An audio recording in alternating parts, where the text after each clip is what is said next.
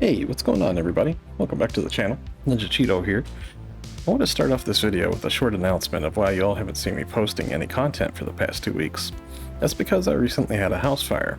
It was the most terrifying experience of my life. My family and I all got out unharmed. No one was injured and burned. Thank God. That's what's most important. Everything else is replaceable. I'm currently in a hotel and everyone in my family is safe. I'll save the details for a separate video, likely later this week. For now though, I would like to get back on track trying to produce PSO2 content for you all.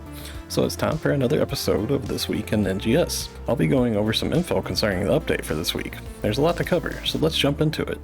Okay, so on the website yesterday, SEGA announced the new official NGS creators for October.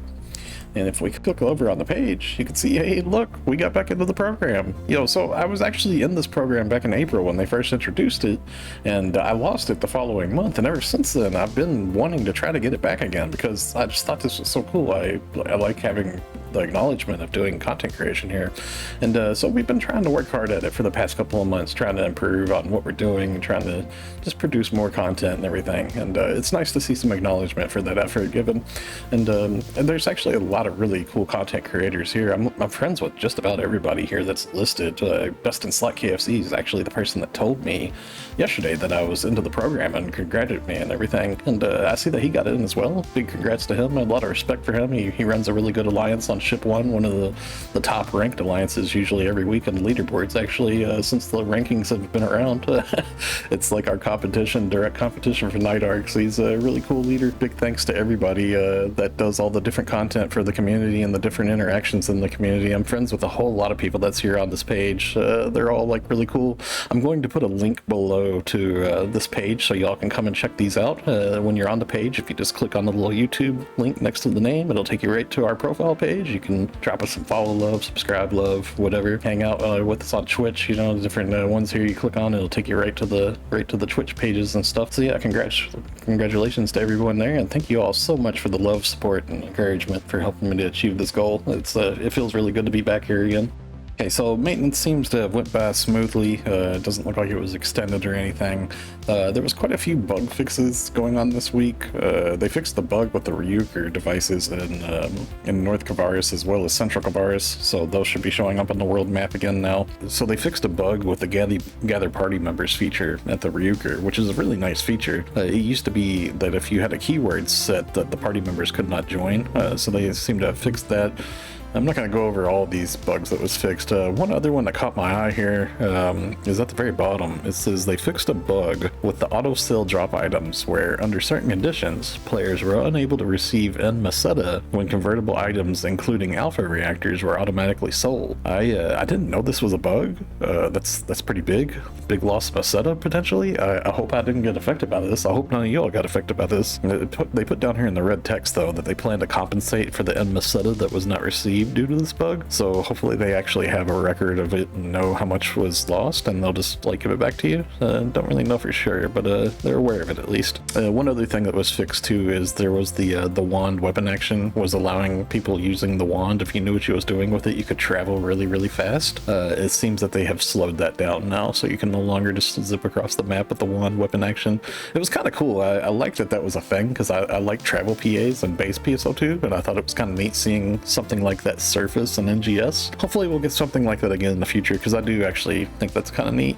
So with maintenance, as always, they've extended by 6 hours premium sets and personal shops and stuff. Anything that you have that's a rental when maintenance is going on, they just extended that time since you couldn't log into the game, just like a regular maintenance that always happens. They also gave out compensation for apology for the daily task being bugged recently. So there's quite a bit of things that y'all can receive in campaign items there. Looks like special scratch ticket, some common yellow triggers, intro boost 10%, some 20 SG ticket, and another special scratch ticket. So something big that got added this week is the AC support item select 4. And if you look through the prize list of these, you can see there's all sorts of new Addy capsules that all give pretty nice stats. They all give like mixed stat between melee tech, range tech, melee range, and so forth. And they're 3% potency. And then they also give potency floor increase 1% along with some other stats too. The deft versions in particular, that should be the min maxers capsules, like the Addy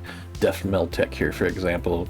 gives 3% potency for melee and tech, as well as 2.75% floor potency. So these are really, really good. I don't really know so much if y'all want to use them on the existing gear right now, knowing that all the STIA gear is right around the corner. We're going to be getting 8 stars soon, and I'm sure there's probably going to be more armors being added, like a new Gigantics version for STIA. But that's just kind of an assumption here right now, so you might want to just like get a hold of these and hang on to them for future gear coming up in December. It's just like a month away, basically. But yeah, this is totally a thing right now. Pick them up while you can, while they're decently priced, perhaps, or if you're into scratching to sell to make some Masetta, it's a good time too. Look how much these Addy Def Mill techs here are. I'm going to be trying to snag up some of these probably. Well, currently there's going to be a STIA region prep campaign going on from October 26th all the way till December 6th, right before STIA releases. I guess this kind of gives us a date for STIA's release. I'm assuming it's going to be on the December 7th. By looking at this, I think that's a safe assumption. Yeah, and even here when you're looking at the campaign, you can see the STIA Expedition Prep Tickets exchange shops will last from December 7th, which should be STIA's release, until the start of scheduled maintenance on January 24th. So we'll have like a limited time to use those. Like I guess that's like about 6 weeks or something. But yeah, that'll be coming up soon.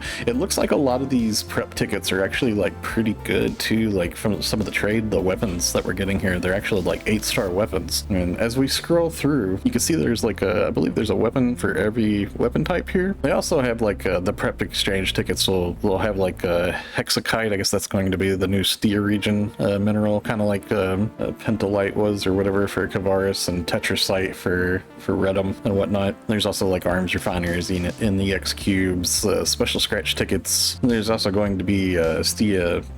You can also trade them for the Paramount Mati Libra too. But right here you can see the 8-star weapons, what they look like. They don't look too bad. I'm kind of curious what they all end up looking like. I'm sure some are going to look better than others. And they show here that the attack at plus 50 is only going to be 601 attack, which is quite low, but I guess it all depends on what the additional effects are going to be from like the potential, and maybe there's going to be something hidden with them perhaps too. I'm not really sure. I don't know how these are going to stack up towards like Kaiser and Rugged and everything, but right here they're showing for potential level 1 they're going to have 18% potency, and then it's quite a bit of an interesting potential here too. It says HP recovers by 4% every 10 seconds. The effect starts 10 seconds after being equipped. So with this being level 1, I wonder what this HP recovery is going to go up to, because if you're recovering HP like that every 10 seconds, that's actually pretty cool. Like I'm actually going to like that, depending on what content I'm running and stuff. These weapons might actually be like really good, just quality of life weapons that'll remain like relevant even though they don't do like good damage, just because of the healing factor that you're going to get from them like this. That sounds kind of neat. But if you look in game, there's currently limited time tasks that we have that give the STIA Expedition prep tickets. You can see I only have 4 left here myself, for the urgent quest and Battle Dia yellows. But if I go into complete it, you can see some of the other ones that I've acquired was like complete a new mission. I guess this was like a story task. Yeah, main task for Kavaris, main task for, I'm assuming this was like Alio. Explore all Alio Trania towers, for example. So that means you got all your skill points in Alio. Explore Redum Trania 3 out of 3. Explore all Redum Trania 7 out of 7. That's kind of weird. There's like a 1 and a 2 here. But yeah, these are all like pretty easy to complete, and they actually give like some really nice things along with the STIA Expedition prep tickets too. You can see like this one, for example, gave 50 alpha reactors, so that's quite a bit of Masetta there. So something else that has been shown on the website now, there's going to be a Symphony, PSO2 NGS Symphony Fantasy Stars Series 35th Anniversary Concert 2023, and this is going to be going on January 21st, 2023. It's on a Saturday in Japan time. And they're also like, so there's going to be a live venue for those of you that can make it in Japan. I know most of the people watching my content probably won't be going to this, but there's also a streaming service that they're going to be selling tickets for, so you can watch it online if you prefer. And that's actually pretty cool. There's a lot of details here. I'm going to put a link to this in the description below so y'all can check it out. So they're going to be giving out in-game codes for people that participate in the live event, as well as people that purchase tickets for the stream event too. So I'm not really sure what these codes are going to give yet, but that's pretty interesting. Hopefully it'll be something neat and worthwhile. Well, this week, SEGA has some pre-announced urgent quest schedule going on. I'll put links to in the video description below that'll give you all this schedule. I'll just kind of go over it briefly here. There's going to be scheduled concerts and urgent quest throughout the whole week, basically.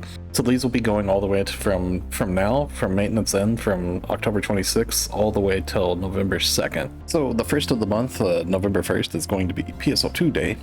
And as with any PSO2 Day, there's going to be some special boosts going on in NGS as well as base PSO2. So it'll be a good time for you all to farm up some things.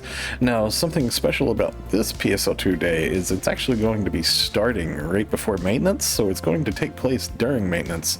Saying that, it will get extended a bit. So you can see here for my time in Eastern time, starts November 1st, Tuesday at 8 p.m. So maintenance should normally happen like 2 hours later. Usually maintenance happens at 10. Now, since it's happening at that time, it's going to be extended, and it's going to go all the way till November 3rd, Thursday at 8 p.m. So it gets extended quite a bit, so that's pretty nice. That'll be a good time for us to go out there and farm some stuff. And as with all the PSO2 days on the 1st, you get 50 star gems for free and a couple of special scratch tickets, so definitely be sure to log in during that time. So for the next 2 weeks, there's a Halloween costume campaign going on where you can use the salon as much as you want for free during the period.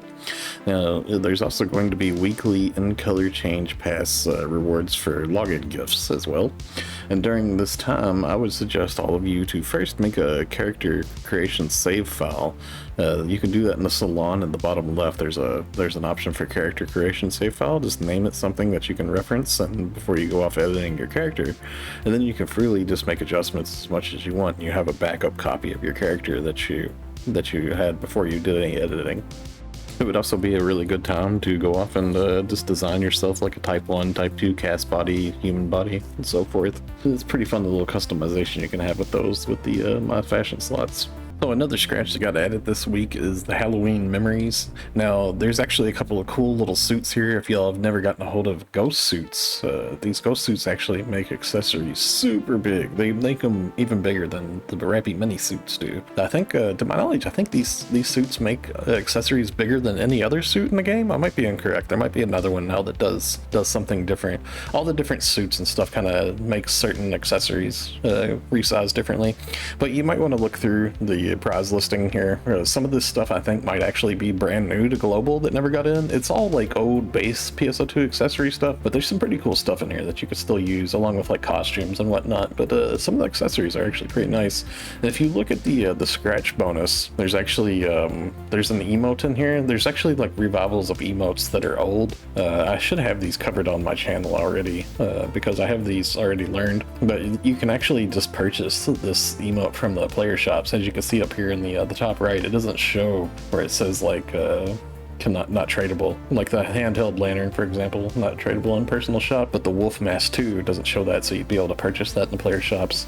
And same thing with lean on hands, the scratch bonus emote here. It doesn't have that error message here, so you could totally purchase this from player shops if you wanted to. And there's actually some like revival emotes in here too. They're all old emotes that Global's already had before. I can scroll down to them and look and see that I've already have them all learned, so they should all be previewed on my channel. Usually in the emote that I learn, I usually preview on the channel. I know I've been slacking on a couple of them. I got a backlog of some that I need to put on, but I'm pretty sure I have previews of all of these on my channel if you need to see all their functions and stuff. The jack-o'-lantern, for example, this one you press a button that makes your pumpkin start rolling or changing eye colors and stuff. Now, we did get another Halloween scratch this week as well, the Rewind Collection 5, and this is all just revival stuff as well here.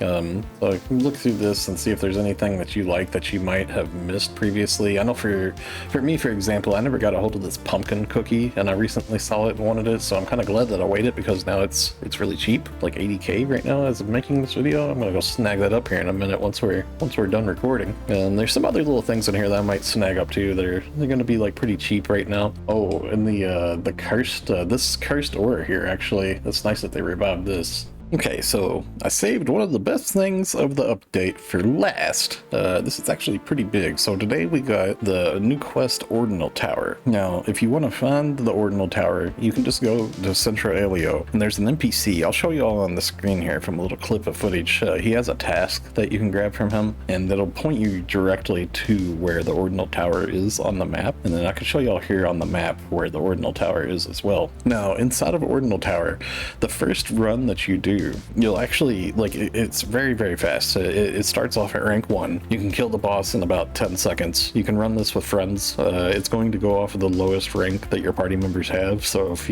you all have level 7 and you pick up a new player in your party that has level 1, you're gonna have to help that player get to level 7 as well. But it's actually really, really fast to get to rank 7. It's not hard at all. And some of the rewards that you get along the way while climbing to rank 7 is actually really good. It gives you some of the new Aphetis armors, the 7-star armors, the Sheza, the Arga, and the Belta. It gives you one of these each for free to all players that complete these. And as well, whenever you get to rank 7, as long as you score over 12,000 points, you'll get appropriate plus 40 Obsidia 7-star weapons for your class. And the cool thing about that is, like, for me, I completed it as Force, so I got an Obsidia Talus and an Obsidia Rod as a title reward from having both of those for my class, because I was playing Force. So it's pretty nice. It's actually a really good time to grab up some budget gear out there if y'all are looking to gear up another class. Like, you can get these Obsidia weapons really cheap right now.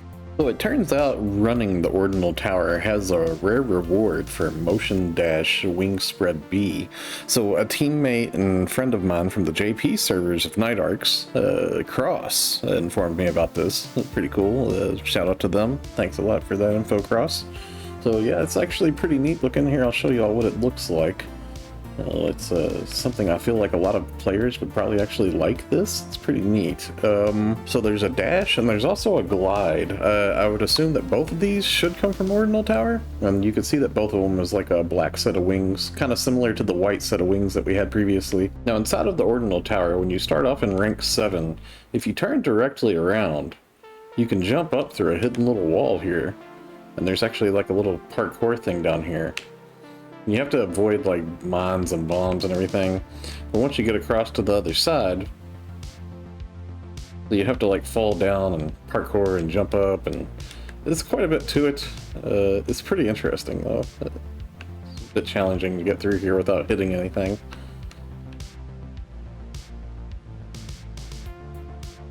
But once you get to the other side, there's a switch here that you can hit, and a teleporter.